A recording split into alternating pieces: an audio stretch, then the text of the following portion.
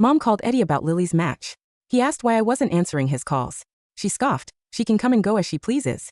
Dad agreed, saying, we'd have been better off never finding her. Chester sighed. You took a year off to find her, now she's your enemy. I remembered being 15, standing in patched clothes while they comforted Lily, who called me a beggar. The police wondered why no one reported me missing. My parents felt sorry for my neglectful family, never wondering if I was safe. My body was found in an abandoned building. The construction workers, struggling to hold back their nausea, called the police. My parents rushed from my sister Lily Lambert's celebration banquet to the crime scene. The crime scene investigator, Chester Ford, frowned and motioned for them to put on masks. My dad, David Lambert, was one of the top investigators the police brought in for special cases, and my mom, Stella Zimmer, was the leading forensic pathologist in Jasper City. Even though they had seen countless crime scenes, they still flinched when they saw my body in the sweltering summer heat. My corpse had bloated significantly. My face was smashed beyond recognition. A bloody mess with no identifiable features. My entire body was covered in wounds, and only a sliver of skin still connected my head to my neck. The overwhelming stench of decay filled the air. Mom closed her eyes, took a deep breath, and put on her gloves to begin a preliminary examination. Her gaze held a rare trace of compassion as she looked at my body in life. I had never been treated so gently by her. I watched nervously as she removed the blood-stained ring from my hand. I had made identical rings for my family, but when Lily's did not fit, my parents scolded me harshly. You're always up to no good, deliberately trying to hurt your sister. Emily, even though you're our biological daughter, Lily has been part of this family for 18 years. She will always be more important than you. Their angry voices still echoed in my ears, but I believed my parents loved me. Surely, they would recognize the gift I gave them. But Mom's expression did not change. She simply instructed her assistant, Ruby Gomez, to put the ring into an evidence bag that I should not have hoped. In their hearts, I never existed, even though I was their biological daughter. My brother, Eddie Lambert, once told me that Mom and Dad adopted Lily because they could not find me after I was kidnapped. He said I was always their favorite daughter.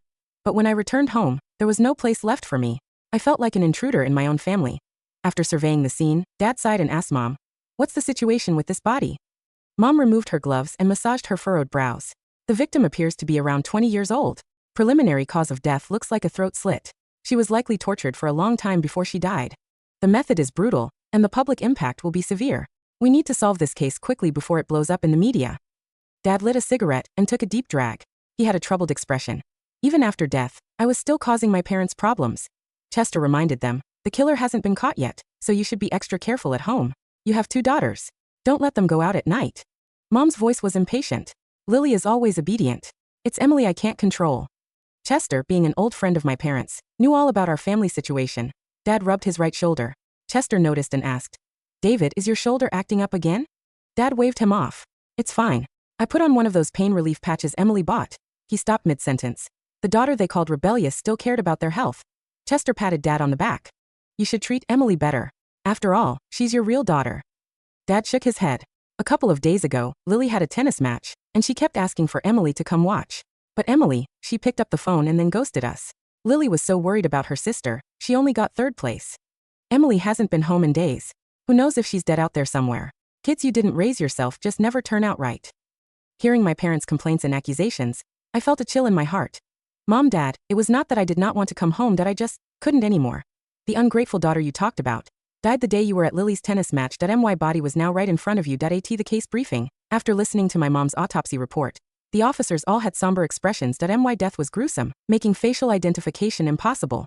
The abandoned building where my body was dumped was not the original crime scene, significantly increasing the difficulty of solving the case. Dad instructed the officers to search the area around where the body was found for any suspicious activity. Have the forensic pathologist perform another autopsy to see if there's anything new, and send the DNA samples to the forensic lab as soon as possible. He left my mom with that remark before hurrying off with his team. They showed more concern for the body than they ever did for me. My mom once stroked Lily's hair and said that being a forensic pathologist was a noble profession. She believed that giving a voice to the dead was an important duty. That I watched as Lily nodded in agreement. However, the moment my mom turned away, she wiped her hair in disgust. That time, I slapped Lily across the face, but my dad punished me by shaving my head bald. Now my mom gently touched my hair with a hint of sadness and whispered, to die so horribly, her family must be heartbroken. I smirked bitterly. My family would probably be relieved by my death. Maybe only Eddie would feel a little sad that Mom's gloved hand moved across my back. There was a large burn scar there, one I got after being kidnapped. When they brought me home that year and I changed clothes, my mom stared at it in surprise. There was a hint of disgust in her expression. How did you get that on your back? That's disgusting. Don't scare Lily. Could she recognize me now because of this scar? I bit my lip nervously. Beads of sweat were forming on my forehead. But a second later, Mom dismissed it casually. This didn't happen this time. Ruby suddenly gasped softly. Dr. Stella, there's a piece of paper in the victim's stomach. My mom's eyes widened as she took the paper and sighed. The stomach acid has already corroded it. We'll see if the crime scene investigation, CSI, can analyze it later. Suddenly, a phone rang. It was Lily's favorite song. Mom quickly removed her gloves and rushed to the hallway. Her voice was soft and loving. Sweetheart, what's wrong? Mommy's at work. Tomorrow. Mom paused for a moment, then gritted her teeth. Dad and I will definitely be there to cheer you on. Eddie is on a business trip and won't be back in time. Lily's sweet voice filled my ears. Love you, Mom. I really hope Emily can come watch my match. If she's there to support me, I'm sure I'll win. It's fine if she doesn't want to come. It's normal that she doesn't like me. After all, I've hogged all your and Dad's love for so many years. Even though Lily and I had never gotten along, from the day I returned home, she was always secretly framing me. But in front of our parents, she loved pretending we were close sisters. From my experience, I figured Mom would be criticizing me soon. Sure enough, Mom's voice suddenly grew sharp. You are my precious daughter. What does Emily even count for? She steals from the family and bullies you behind our backs. She doesn't deserve to be my daughter. Don't worry, even if she broke her leg, I'd make sure she wheels herself to watch your match. Lily giggled sweetly. Dad called me today to remind me to stay safe.